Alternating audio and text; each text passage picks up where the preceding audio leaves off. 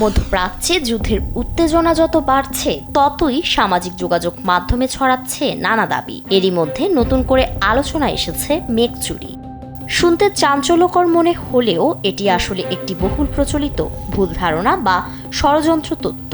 মেঘ চুরি বলতে এমন একটি ধারণাকে বোঝানো হয় যেখানে দাবি করা হয় উন্নত প্রযুক্তির সাহায্যে কোনো দেশ অন্য দেশের আকাশ থেকে মেঘ সরিয়ে নেয় কিংবা কৃত্রিমভাবে বৃষ্টি ঘটিয়ে নিজেদের অঞ্চলে আবহাওয়ার পরিবর্তন ঘটায়।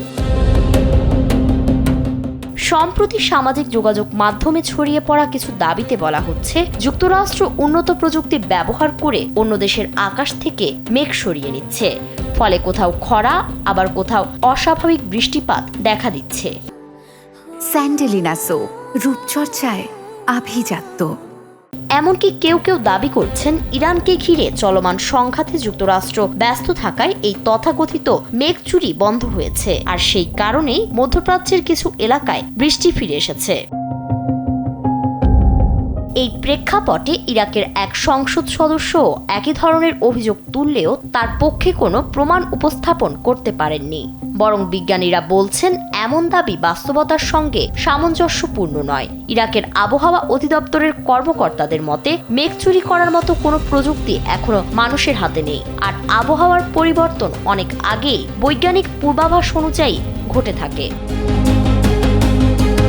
মেঘ চুরি গুজবের পেছনে মূলত ক্লাউড সিডিং প্রযুক্তি নিয়ে ভুল ধারণাটাই কাজ করছে। এই পদ্ধতিতে আগে থেকেই থাকা মেঘে বিশেষ কণা ছড়িয়ে সামান্য বৃষ্টিপাত বাড়ানোর চেষ্টা করা হয়, তবে নতুন করে মেঘ তৈরি করা বা পুরো আবহাওয়া নিয়ন্ত্রণ করা এর পক্ষে সম্ভব নয়। বিশেষজ্ঞদের মতে এর প্রভাবও খুব সীমিত।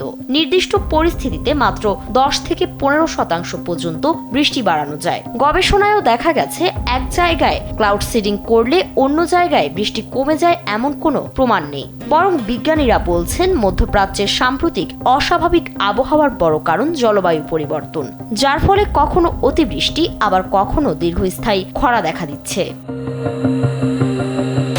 ফারিন রহমান প্রীতি, কালবেলা।